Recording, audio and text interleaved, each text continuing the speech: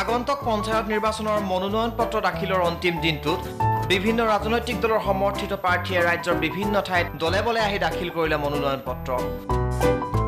কি বিজেপি, কি অগপ, কি কংগ্ৰেছ, কি গণশক্তি। বৃহৎ ৰেলীৰে ঝুমুৰ নৃত্য গীতে মাতি এইসকল প্ৰতিনিধিয়ে উমান দিলে নিজৰ আধিপত্যৰ। আগৰবোৰে নোৱাৰিলে, আমি কৰিমেই, কিন্তু তেওঁলোকে নাজানে প্ৰধানমন্ত্ৰী মুখ্যমন্ত্ৰীৰ নাম। কিন্তু ৰ'ব, আচল কথাটো লৈ আহোঁ। বিগত পঞ্চায়তৰ কৰ্মীসকলে ৰাইজক প্ৰদান কৰা প্ৰতিশ্ৰুতিসমূহ প্ৰদান কৰিব নোৱাৰিলে এইবাৰ আমি কৰিমেই বুলি নিৰ্বাচনী ইছ্যু বনাই ৰাইজৰ কাষ চপাই এইসকল প্ৰতিনিধিৰ জ্ঞানৰ নমুনা আজি আপোনালোকক দেখুৱাম। এওঁ কংগ্ৰেছ দলৰ সভানেত্ৰী পদৰ প্ৰাৰ্থী। বাইদেউ সাংবাদিকে সুধিয়েই দিলে, অসমৰ ৰাজ্যপালৰ নাম কি?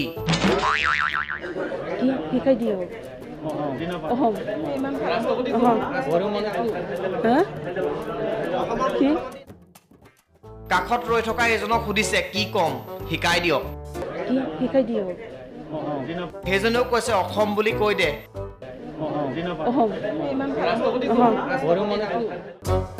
কি যে হ'ব। আৰু দেখুৱাইছো চাওক। এইগৰাকী বাইদেউ বিজেপি দলৰ সমৰ্থিত সভানেত্ৰী পদৰ প্ৰাৰ্থী। পিছৰখিনি শুনক। কোন পঞ্চায়তৰ পৰা প্ৰতিনিধিত্ব কৰিছে? নীলামৰা। কোন দল? সভাপতিৰ নামটো কওকচোন। ৰাজ্যিকৰ এওঁ মন্ত্ৰী ৰঞ্জিত দত্তৰ সমষ্টি বিহালীৰ বিজেপি দলৰ ৱাৰ্ড মেম্বাৰ পদৰ প্ৰাৰ্থী। সাংবাদিকে সুধিয়েই পেলালে, মন্ত্ৰী ৰঞ্জিত দত্তৰ বিভাগটো কি? উত্তৰটো ইণ্টাৰেষ্টিং, শুনিব দেই। আমাৰ বৰ্তমান বিহালী বিধানসভা সমষ্টিত এগৰাকী মন্ত্ৰী আছে, হয় নহয় জানো? ৰঞ্জিত দত্তৰ বিভাগ কেইটা কি কি আছে? বিভাগ 5টা আছে চাগে। হয়, জলসিঞ্চন আছে, তাৰপৰা ফৰেষ্ট আছে, তাৰপৰা সাংবাদিকে আকৌ সুধিলে, ভাৰতৰ ৰাষ্ট্ৰপতি কোন? তেওঁ বোলে অসমীয়াত অলপ দুৰ্বল। সাংবাদিকো নাচুৰ বান্দা, ইংৰাজীতে সুধিলে, who is the president of India? ভাৰতৰ ৰাষ্ট্ৰপতি ন, মানে অসমীয়াত সুধিলে অলপ কনফিউজ হৈ যাওঁ। President of India. President of India হয়, নাজানো। ভাইচ প্ৰেচিডেণ্ট অফ ইণ্ডিয়া নাজানো। নাজানে। আকৌ সুধিলে, NRCৰ ফুল ফৰ্ম কি? উত্তৰটো শুনক। NRCৰ ফুল ফৰ্মটো জানে নাই? NRCৰ ফুল মিনিং নেশ্যনেল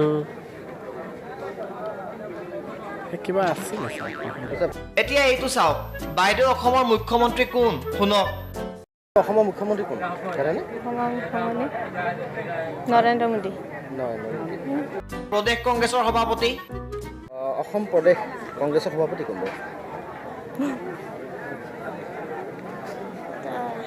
বাইদেৱে হাঁহিছে। নাহাঁহিবনো কিয়, কম লাজ পাইছেনে? নাজানো। এইগৰাকী বাইদেৱে আকৌ সাংবাদিকক দেখি কেনেকৈ পলাইছে চাওক।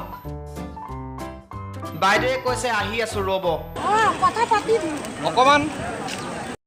আৰু এনেকৈয়ে দেখা গ'ল সমাগত পঞ্চায়ত নিৰ্বাচনৰ একাংশ প্ৰাৰ্থীৰ জ্ঞানৰ নমুনা। আৰু এইসকল প্ৰতিনিধিয়ে জয়ী হ'ব, ৰাইজৰ আশা পূৰণ কৰিব, সমাজৰ উন্নয়ন হ'ব। তেওঁলোকৰ মতেতো জিকিবই, জিকাটো প্ৰায় খাটাঙেই। বেলেগ দলৰ কাম নাই, যিমান মানুহ ওলাইছে নাই আজি। উপায় নাই, নাপাবলগীয়া টিকট পালে এনেকুৱাই হয়। বেয়া লাগিছে চাগে ন? হৈ যায়, কি কৰিব। ৰজাই ভাল দেখে যাক, হাতী ঘূৰাও নেলাগে তাক। News desk report, news time Assam.